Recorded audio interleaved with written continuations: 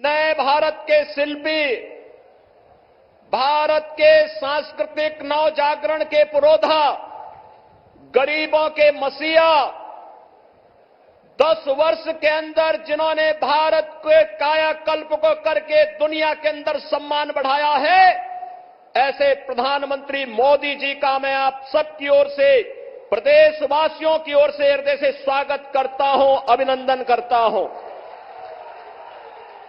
बहनों और भाइयों, ये हम सबका सौभाग्य है, भारतवासियों का सौभाग्य है कि आज दुनिया का सबसे लोकप्रिय राजनेता, जिनके मन में गरीबों के प्रति, नौजवानों के प्रति, अन्नदाता किसानों के प्रति, अपने परंपरागत हस्तशिल्पी और कारीगरों के प्रति, जिनके मन में महिलाओं के उत्थान के प्रति एक पीड़ा है, एक संवेदना है, और जिन्होंने अपना पूरा जीवन मां भारती के चरणों में समर्पित करते हुए उनकी खुशहाली और उनके उत्थान के लिए समर्पित किया है, ऐसे प्रधानमंत्री मोदी जी का आगमन आज आजमगढ़ की धरती पर हुआ है। बहनों और भाइयों, आज से 10 वर्ष पहले का भारत पहचान के संकट से और विश्वास के संकट से जूझ रहा था। सुरक्षा का एक खतरा हर एक व्यक्ति के ऊपर मंडरा रहा था। विकास कार्य कांग्रेस नेतृत्व सरकार के भ्रष्टाचार की भेंट चढ़ चुकी थी और गरीब कल्याण के नाम पर गरीब भूख से मरता था, किसान आत्महत्या करता था, बेटी और व्यापारी सुरक्षित नहीं थी। और आजमगढ़ का तो कहना ही क्या है, कहीं भी देश और दुनिया में आतंकी घटना घटित होती थी, उसके तार इस आजमगढ़ जनपद से जुड़ करके पूरे आजमगढ़ को बदनाम कराया जाता था। बहनों भाइयों, पिछले 10 वर्ष में आपने बदलते हुए भारत को देखा है। एक नया भारत का दर्शन कर रहे हैं। दुनिया के अंदर सम्मान बढ़ा है, सीमाएं सुरक्षित हुई हैं, आतंकवाद और नक्सलवाद पर प्रभावी अंकुश लगा है। और यही नहीं, अब आजमगढ़ में आदरणीय प्रधानमंत्री जी ने महाराज सुहेलदेव के नाम पर एक विश्वविद्यालय दे दिया है, आजमगढ़ को पूर्वांचल एक्सप्रेसवे दे दिया है। और अभी 2 महीने पहले ही प्रधानमंत्री जी आजमगढ़ आए थे, आजमगढ़ वासियों को एयरपोर्ट की सौगात भी दे गए हैं। आजमगढ़ को पहले जिन लोगों ने परिवार की बपौती बनाया था, वे लोग आज बेनकाब हुए हैं। आज आजमगढ़ चाहे वाराणसी से हो, चाहे गोरखपुर से हो, चाहे अयोध्या से हो, चाहे प्रयागराज से हो, 4 लेन की बेहतरीन कनेक्टिविटी के साथ जुड़ करके नए भारत के नए उत्तर प्रदेश का नया आजमगढ़ बन चुका है। और इसलिए बहनों और भाइयों, अब आपको देश और दुनिया में जाने में संकट नहीं होता है। पहले होटल की बात तो दूर, धर्मशाला में भी रूम नहीं मिलता था। आजमगढ़ के नाम पे लोग चौंकते थे। आज बहनों और भाइयों, सुरक्षा का बेहतर वातावरण, सम्मान नए आसमान को छू रहा है। ओडीओपी के माध्यम से आदरणीय प्रधानमंत्री जी के मार्गदर्शन में जो नई पहचान मिली है, इस पहचान को तो आगे बढ़ाने का काम हुआ ही है। साथ साथ अब तो पूरे देश के अंदर अब तक 4 चरणों के चुनाव हुए हैं, 3 चरण बाकी है।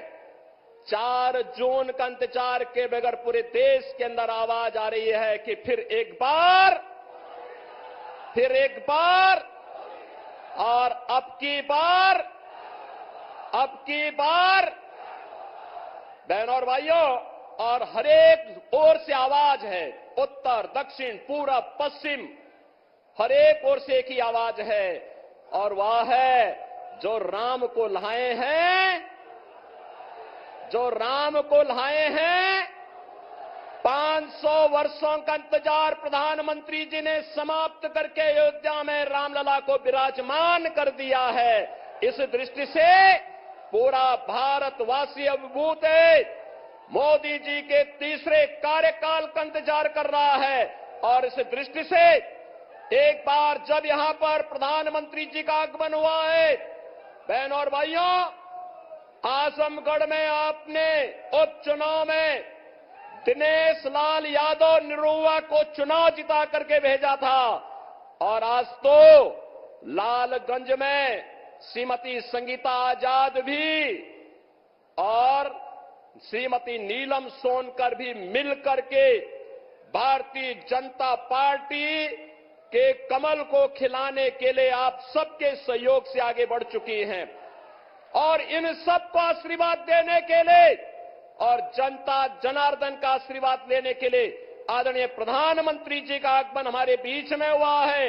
मैं इस अवसर पर आप सभी आजमगढ़ वासियों की ओर से एक बार फिर से आदरणीय प्रधानमंत्री जी का हृदय से स्वागत करता हूं, अभिनंदन करता हूं और आप सबका आह्वान करता हूं कि बहनों और भाइयों, हमें भटकना नहीं है, बहकना भी नहीं है। जिन्होंने हमारे लिए किया है, जिन्होंने हमें पहचान दी है, जिन्होंने हमें सुरक्षा दी है, निसंकोच और बेझिझक हमें कमल खिलाने के इस अभियान के साथ जुड़ना है। इस संकल्प के साथ मैं अपनी वाणी को देता हूं विराम। जय जय श्री राम।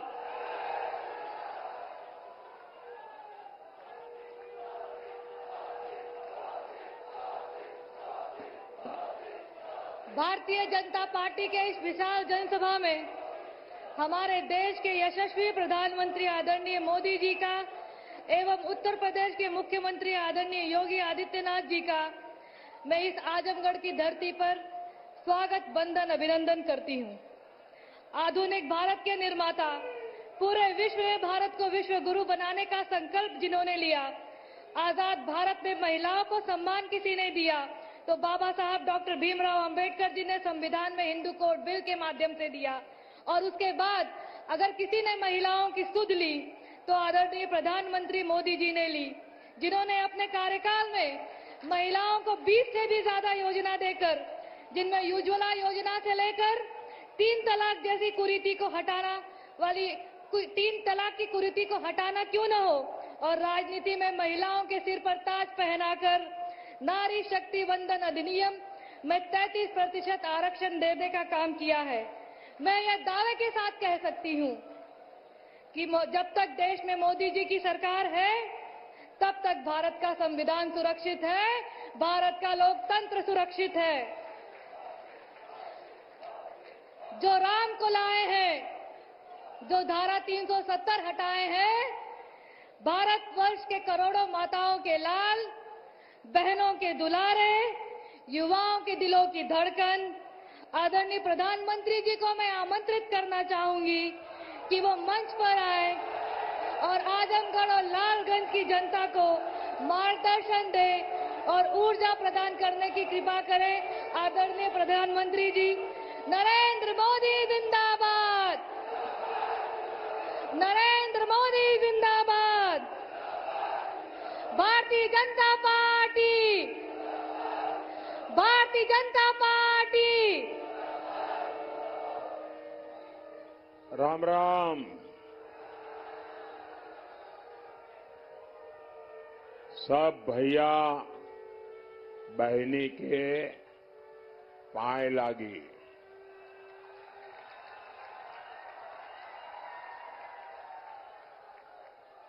ये जो मेहरबान दो चित्र लेके आए हैं, वो चित्र ऊपर करते हैं, पीछे किसी को दिखता नहीं है। एसपी जी के लोग ये चित्र ले लें उनसे, और आप पीछे अपना आता पता लिख देना। खुद का मत लिखना, पेंटर का लिखना, जिस आर्टिस्ट ने बनाया है उसका नाम लिखना, तो मैं उसको चिट्ठी जरूर भेजूंगा। उनसे कलेक्ट कर लें, कोई ले लीजिए भाई। अच्छा, यहां जो 5-6 लोग खड़े हैं, ये जो यहां 5-6 लोग खड़े हैं, वो पीछे सबको परेशान कर रहे हैं। जरा वो वहां से जगह करें।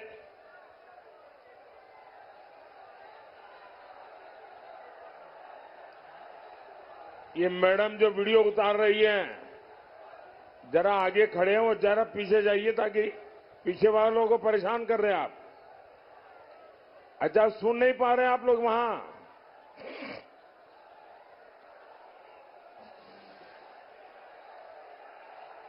मैं आप दोनों बहनों को कह रहा हूं,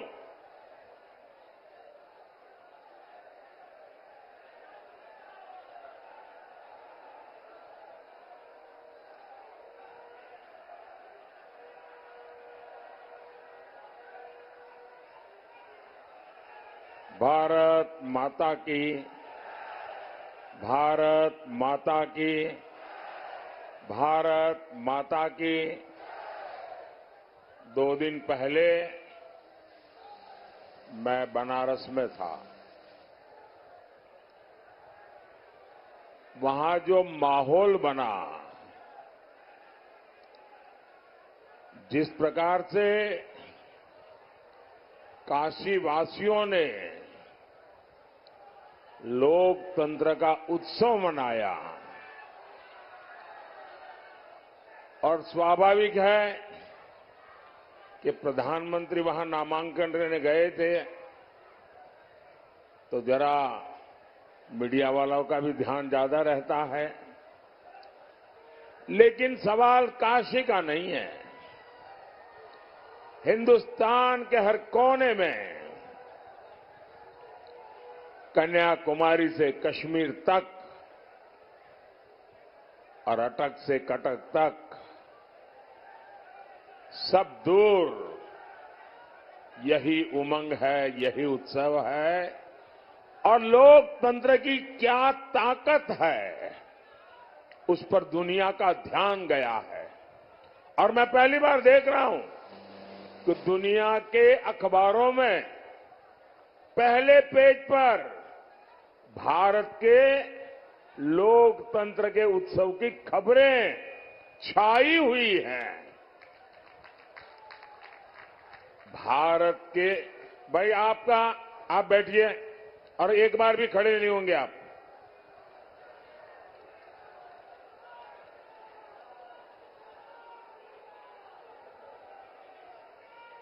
भारत की पहचान, भारत का माहात्म्य दुनिया के लिए भी कितना महत्व रखता है, इसका ये परिचय है। दुनिया देख रही है कि जनता जनार्दन का आशीर्वाद भारतीय जनता पार्टी, एनडीए, हमारे सभी साथियों पर है।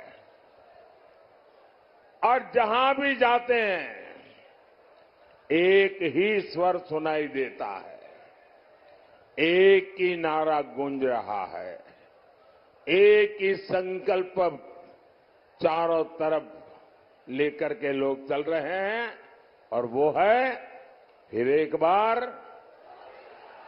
फिर एक बार, फिर एक बार।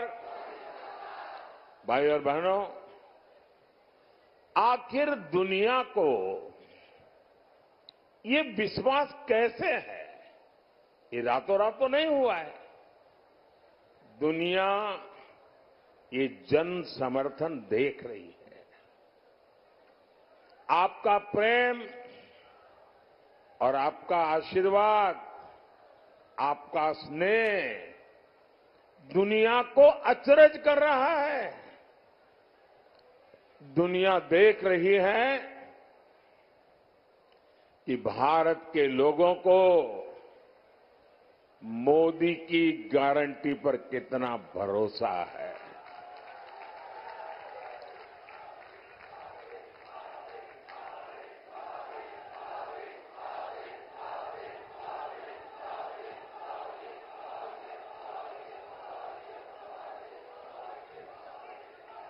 साथियों, मोदी की गारंटी का मतलब क्या होता है, इसका ताजा उदाहरण सीएए कानून है। सीएए कानून है।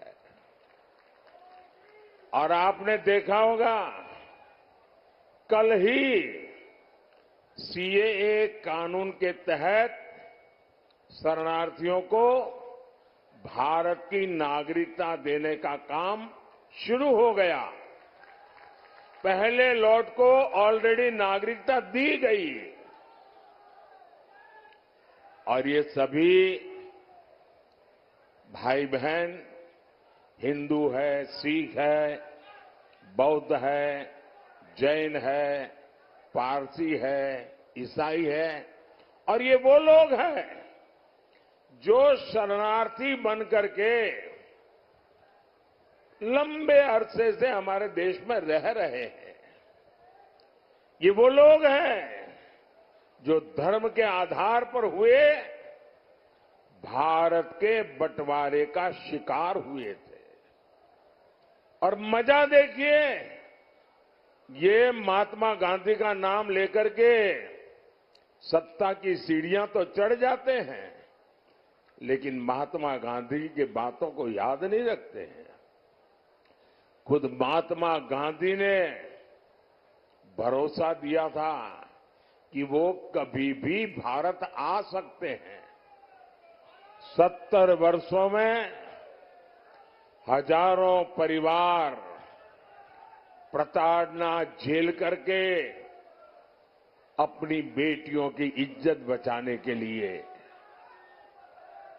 अपना धर्म, अपनी संस्कृति, अपनी परंपरा को बचाने के लिए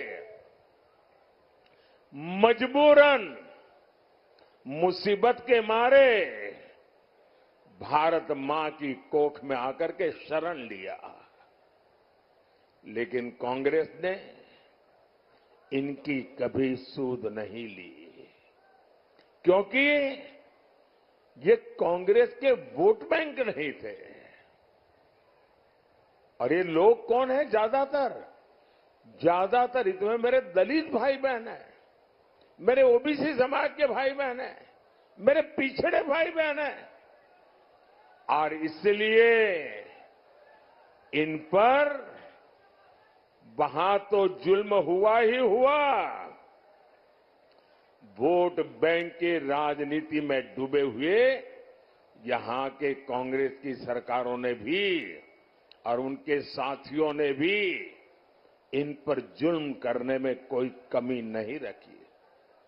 लेकिन यहां सपा, कांग्रेस और इंडी गठबंधन वालों ने इनके साथ क्या किया? इन्होंने सीएए के नाम पर ऐसा झूठ का पहाड़ खड़ा कर दिया, ऐसा झूठ चलाया। सपा, कांग्रेस जैसे दलों ने यूपी सहित पूरे देश को दंगों की आग में झोंकने का भरपूर प्रयास किया। आज तक ये इंडी गठबंधन वाले कहते हैं कि मोदी ये जो सीएए लाया है ना, जिस दिन मोदी जाएगा ये सीएए भी जाएगा। भाइयों बहनों, क्या इस देश में अब कोई माई का लाल पैदा हुआ है जो सीएए को खत्म कर सके? ये देश की जनता जान गई है, देश का हर नागरिक जान गया है कि आप लोगों ने वोट बैंक की राजनीति करके, हिंदू मुसलमान को लड़ा करके और सेकुलरिज्म का ऐसा चोला पहन लिया था कि आपकी अंदर की पाप की सच्चाई बाहर नहीं आती थी। ये मोदी है जिसने आपका नकाब उतार दिया है। ये आपका नकाब, आप ढोंगी है, आप सांप्रदायिक है। आपने देश को 7 दशक तक संप्रदाय की आग में जूझने के लिए मजबूर कर दिया है। साहब, मैं साफ कहना चाहता हूं मेरे भाइयों बहनों, ये मोदी की गारंटी है। देश विदेश कहीं से भी जो भी ताकत इकट्ठी करनी है कर लो। मैं भी मैदान में हूं, तुम भी मैदान में हो।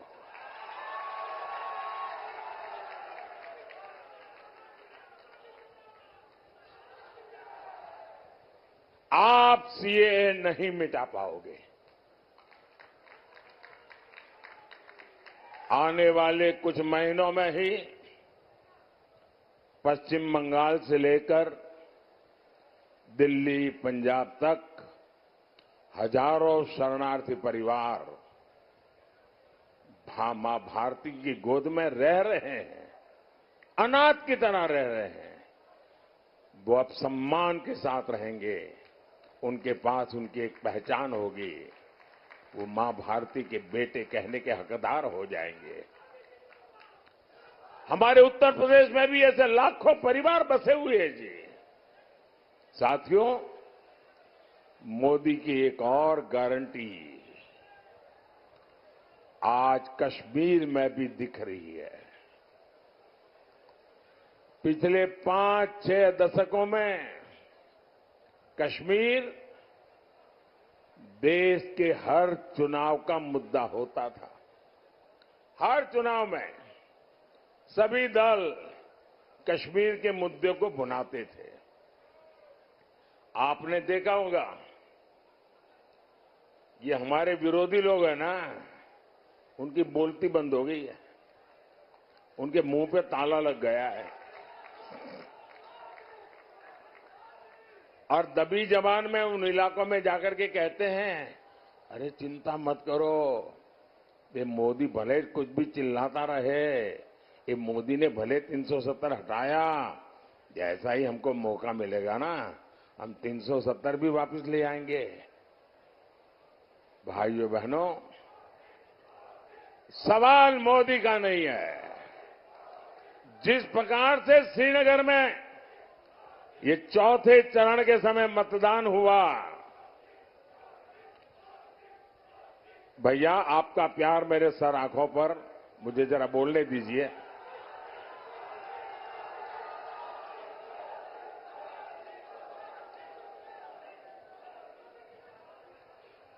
चौथे चरण में श्रीनगर में जो मतदान हुआ है, 40 साल के बाद वहां भारत के लोकतंत्र का उत्सव मनाया गया, भारत के संविधान का गौरवगान किया गया और मतदान करके लोग गर्व अनुभव कर रहे थे कि वे हिंदुस्तान की सरकार बनाने जा रहे हैं।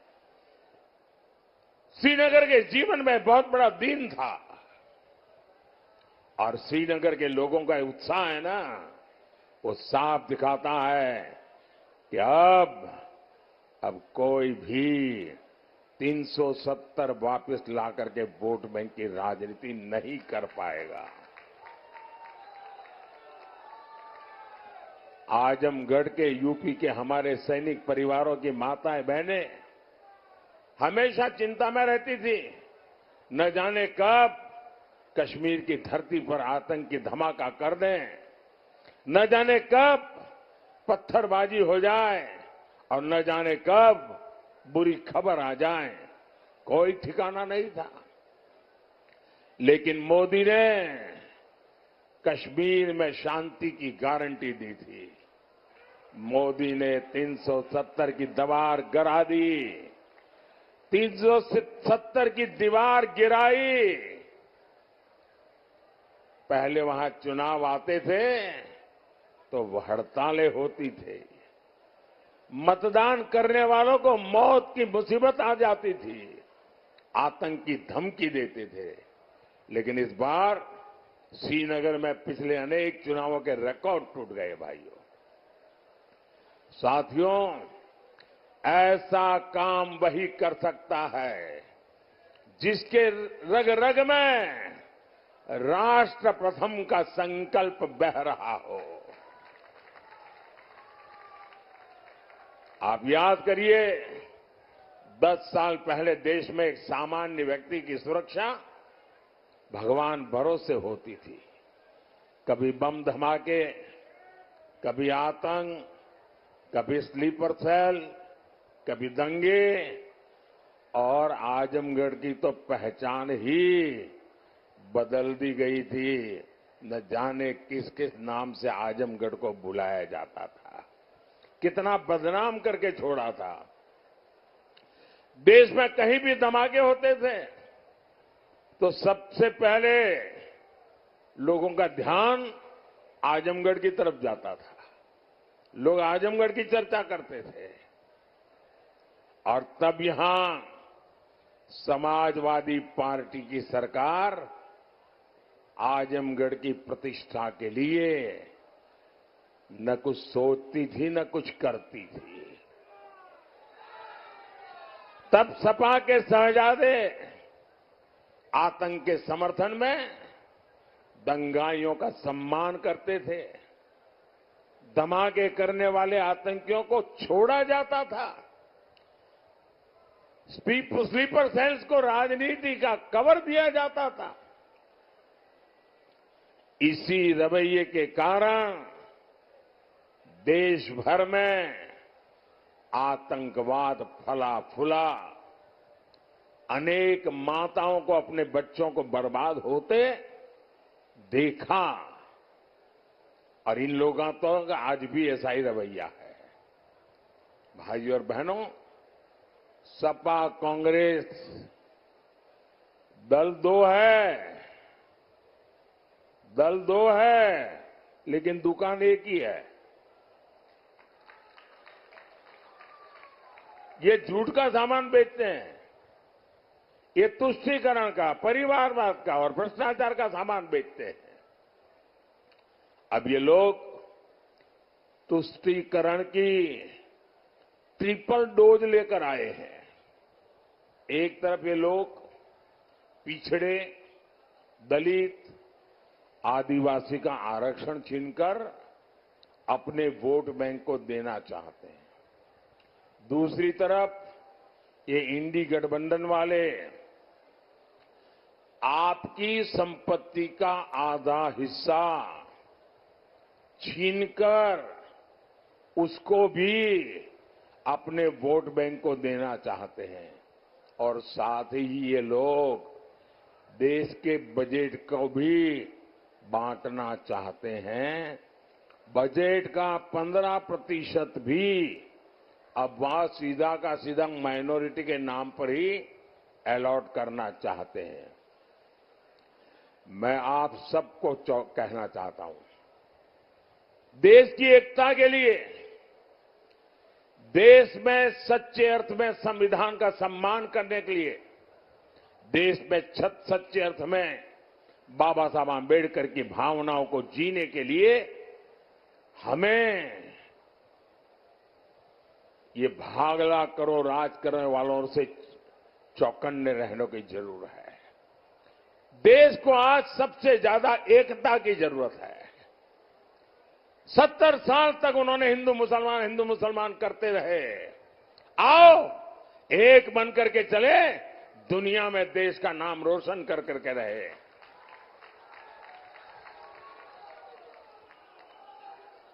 साथियों, इंडी गठबंधन तुष्टीकरण के दलदल में पूरी तरह धंस चुकी है। समाजवादी पार्टी के शीर्ष नेता राम मंदिर को लेकर आए दिन घटिया बातें कर रहे हैं। कांग्रेस के शहजादे ने तो राम मंदिर को गालियां देने का मिशन ही चला रखा है। सिर्फ वोट बैंक को खुश करने के लिए ये लोग हमारी आस्था पर चोट कर रहे हैं। साथियों, यहां इतनी बड़ी संख्या में हमारी माताएं बहनें आई हैं। मोदी आपका जीवन बेहतर बनाने के लिए दिन रात एक कर रहा है। आज हर गरीब को मुफ्त अनाज मिल रहा है। आज हर गरीब को मुफ्त इलाज मिला, पक्का घर मिला, घर में नल, नल में जल, सस्ता सिलेंडर, ऐसी अनेक सुविधाएं आप तक पहुंची है। क्या समाजवादी सरकार में, कांग्रेस की सरकार में उन लोगों ने आपकी कभी चिंता की थी क्या? उन्हें आपको अपने हाल पर छोड़ दिया था कि नहीं छोड़ दिया था? ये मोदी है जो आपके जीवन से हर चिंता को दूर कर रहा है।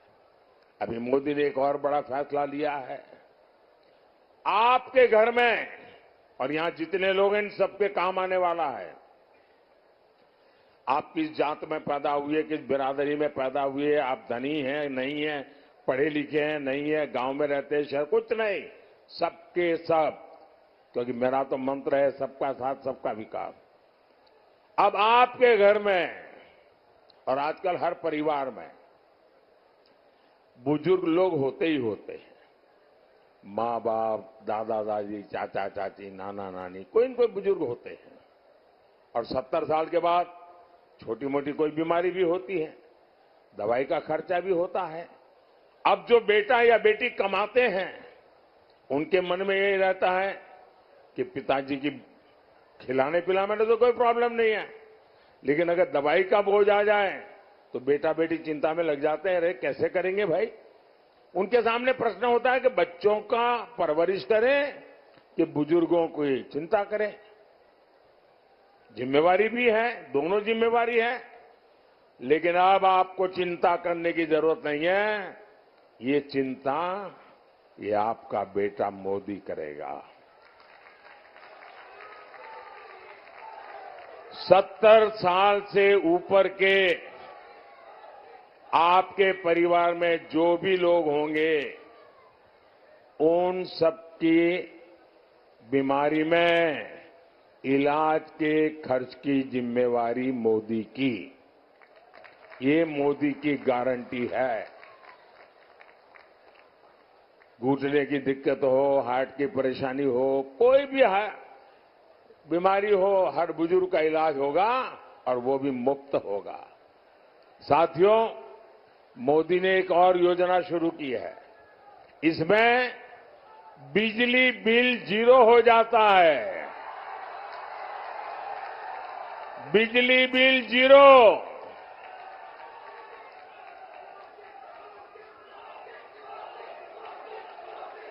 इतना ही नहीं, बिजली बिल तो 0 हो जाएगा, लेकिन बिजली इस्तेमाल करने वाला हीरो बन जाएगा। सिर्फ निरहुआ हीरो हो गया था नहीं, आप हीरो बन जाएंगे। इस योजना को मैं समझाता हूं और ऑलरेडी चालू कर दिया है मैंने। ऐसा नहीं कि 4 जून के बाद करूंगा, कर दिया। योजना का नाम है पीएम सूर्यघर मुफ्त बिजली योजना।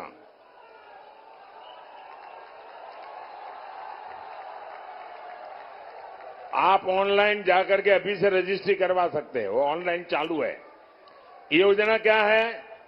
मोदी आपको 75,000 रुपया देगा। आपकी जरूरत के हिसाब से 75,000 रुपया तक मोदी देगा। कितना? कितना? उसमें से आप घर पर सोलर पैनल लगाएंगे और जो सोलर की बिजली होगी उसका आप अपने परिवार के लिए उपयोग करेंगे, और जो ज्यादा बिजली होगी वो योगी जी की सरकार खरीद लेगी।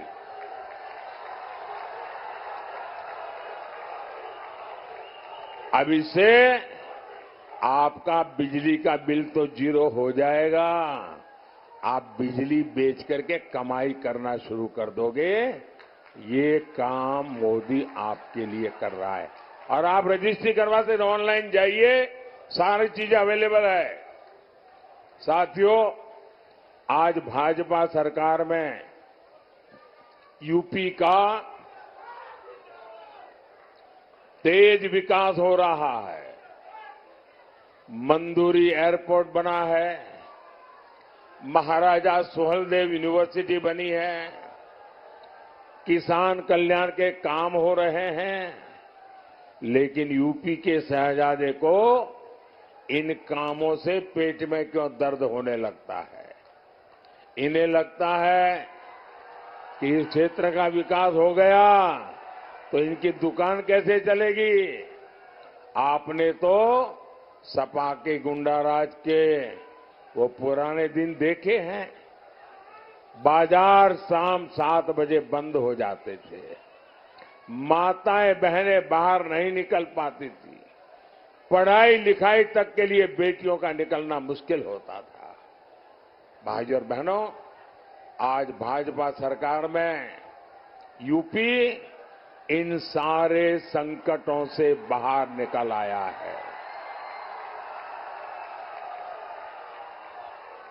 और योगी जी ने यहां दंगाइयों की, माफियाओं की, अपहरण फिरौती गैंग की, मेरा जो स्वच्छता अभियान है ना, योगी जी ने उत्तर प्रदेश में बराबर चलाया है। अब यूपी में तेजी से आधुनिक सेवाएं बनाई जा रही हैं। मुबारकपुर का साड़ी उद्योग हो या फिर निजामाबाद के मिट्टी के बर्तन या फिर यहां का गुड़, ऐसे हर उत्पाद को दुनिया के बाजारों तक पहुंचाना हमारा लक्ष्य है। और इसलिए मैं vocal for local, vocal for local के मंत्र को आगे बढ़ा रहा हूं। भाई और बहनों, आजमगढ़ को, पूर्वांचल को देश के विकास का इंजन बनाने के लिए आपका वोट बहुत महत्वपूर्ण है। अब उनका हाल देखिए। मैं अभी द्वारिका जी के दर्शन करने गया था। अंदर समुद्र के अंदर जाकर के मैंने भगवान श्री कृष्ण ने जो द्वारिका जी बनाया था, द्वारिका नगरी बनाई थी, वहां अपनी श्रद्धा अर्पित करने गया था। तो एक कांग्रेस वाले इसकी भी मजाक उड़ा रहे थे। और मजा यह है, ये बिहार में आरजेडी वाले और उत्तर प्रदेश में सपा वाले, उनके परिवार के जो मुखिया है वो अपने आप को यदुवंशी कहते हैं। अरे तुम कैसे आदिवंशी हो यार? जिसके साथ बैठते हो वो तो भगवान श्री कृष्ण को गाली दे रहा है रे। और हम यदुवंश का महात्मा देखिए। अरे मध्य प्रदेश में वोट के लिए नहीं, हमारा मुख्यमंत्री है मोहन यादव। यदुवंश का महात्मा कौन समझता है वो आप जानते हैं। भाइयों बहनों, आपको लालगंज से हमारी बहन नीलम सोनकर को भारी, आगे रहिए, आगे रहिए, हाँ, नीलम सोनकर जी को भारी बहुमत देकर संसद भेजना है। और हां, अब तक आजमगढ़ वालन के पास भोजपुरी का साधक हो, सेवक हो, निर्वाह का तप और तपस्या आप लोगन के सामने है। परिवारवादी आपके वोट की कीमत नहीं समझ सकते। आप निर्वाह जी को रिकॉर्ड वोटर से विजयी बनाकर वो रिकॉर्ड वोटों से जिताना। और दूसरा, बाकी हम तो बगल में बनारस में हुई है। मेरा एक और काम करिएगा, एक मतदान ज्यादा होना चाहिए। सुबह 10 बजे से पहले मतदान होना चाहिए। पुराने मत के सारे रिकॉर्ड तोड़ना चाहिए। हर पोलिंग बूथ जीतना चाहिए। करेंगे? करेंगे? अच्छा, मेरा एक काम करेंगे, जरा आप लोग बताएं तो मैं बोलूं। मेरा एक काम करेंगे, सबके सब अगर हाथ ऊपर करके बताते हैं तो बताऊंगा। मेरा एक काम करेंगे? जरा मुझे जवाब दीजिए, मेरा एक काम करेंगे? एक काम करना, ज्यादा से ज्यादा परिवारों में जाना, ज्यादा से ज्यादा लोगों को मिलना और कहना कि अपने मोदी जी आए थे और मोदी जी ने परिवार के सबको राम राम कहा है। मेरा राम राम पहुंचा देंगे? हर एक को मेरा राम राम पहुंचा देंगे? बोलिए भारत माता की, भारत माता की, भारत माता की। बहुत बहुत धन्यवाद।